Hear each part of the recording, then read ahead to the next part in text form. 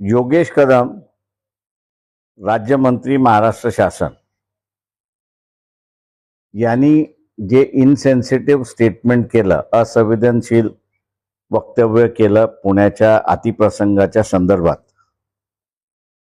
हे दुर्दैवी असं मी त्या ठिकाणी मानतो. कुठल्याही घटनेवरती सामान्य माणूस हा शोक व्यक्त करतो, दिलगिरी व्यक्त करतो, परंतु मंत्रिपदावरती बसलेले मंत्री ज्यावेळेस अशा वक्तव्य करतात त्यातून बळ पोलीस खात्यालाही मिळतो आणि आरोपीलाही मिळतो, अशी असणारी परिस्थिती आहे. अशा ह्या इनसेन्सिटिव्ह मंत्री जे आहेत, असंवेदनशील मंत्री आहेत, योगेश कदम यांना मंत्रिमंडळात का ठेवावं हा प्रश्न देवेंद्र फडणवीस यांनी स्वतःला विचारला पाहिजे. राज्य शासन हे लोकांना दिलासा आणि त्याच्याच बरोबर सुरक्षितता देणार आहे.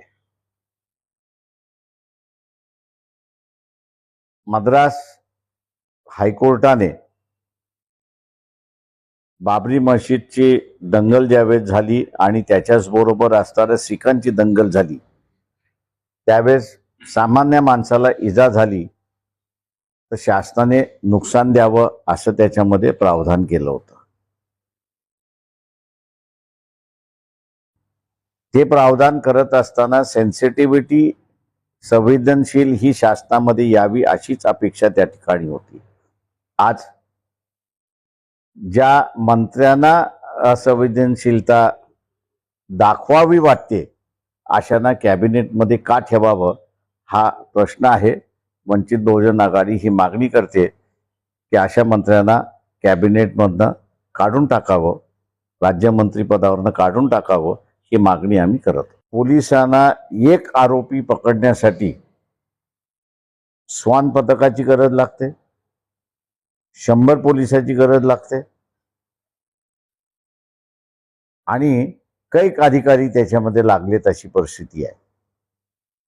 यावरनं एकच स्पष्ट होत आहे की पोलीस खातं कायदा आणि सुव्यवस्था सांभाळण्याच्या ऐवजी अजून काय काय करतात